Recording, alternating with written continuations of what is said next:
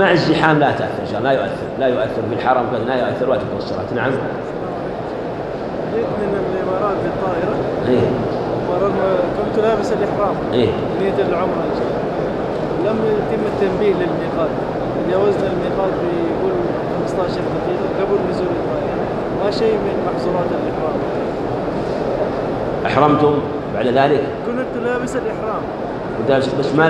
بس ما دخلت النسك. ما قلت لبيك عمرة يعني. حتى نزلتم؟ ما نزلت، قبل ما تنزل قالوا لي تجاوزت الميقات. ما أخبروكم؟ ما أخبرونا. وهم أنتم قلتوا أخبرونا ولا ما أنتم لما دخلتم؟ هم معتاد يعني.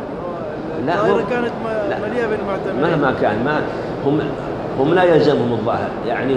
وليس أقول لا يلزمهم ولا شك إخبارهم حسن، لكن لو أنك مثلا التزموا لكم بهذا الشيء نقول هم مفرطون.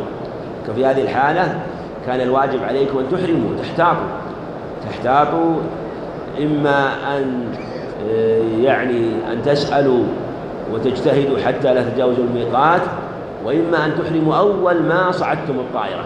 كنا لابسين الإحرام. إيه بس لبس الإحرام هذا لا يدخلكم في النسك، لا يدخل النسك إلا نية الدخول. فعند جمهور العلماء يلزمكم فدي، بعد يلزمكم فدي. نعم، ذبح شاة عن كل واحد 6 أشهر من الضأن وسنة من المعز، هذا الواجب على كل واحد إن كان قادرا. وإن لم يكن قادر هل يلزم الصيام 10 أيام أو لا يلزمه؟ خلاف الأظهر أنه لا يلزمه. حاجات الميقات لا تعلم إلا من قبل القادة لا ولو كان لا أقول ليس على كل حال، ليس على كل حال.